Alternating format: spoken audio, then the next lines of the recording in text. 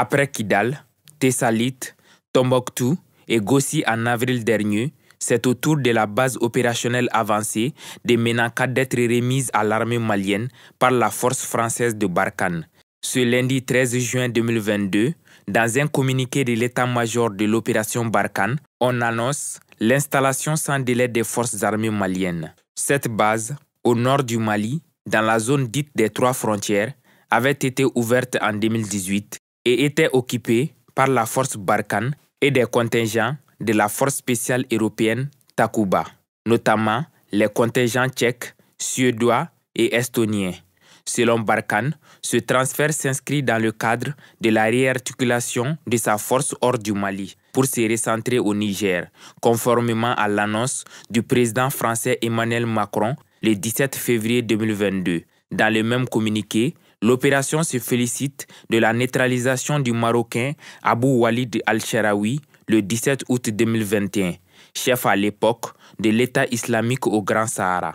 Cette base est l'avant-dernière étape du départ total de la force française au Mali, avant l'emprise des Gao qui sera à son tour restituée à l'armée malienne d'ici fin septembre, précise la partie française.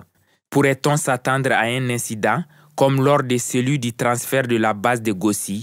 Rien n'est sûr pour l'instant. Pour rappel, les 2 parties, malienne et française, avaient dénoncé la découverte d'un charnier. Pour la France, c'était une manipulation russe en compagnie du Mali pour la décrédibiliser.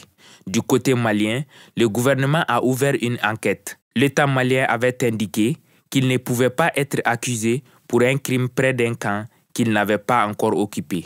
Les relations entre Bamako et Paris s'étaient ainsi nettement dégradées après, précipitant le transfert des bases une après une.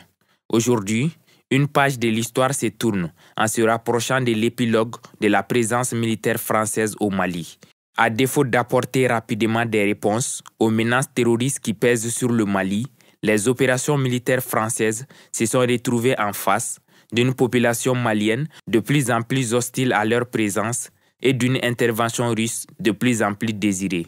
Officiellement, la France s'en va du Mali. Officieusement, elle est poussée à la petite porte.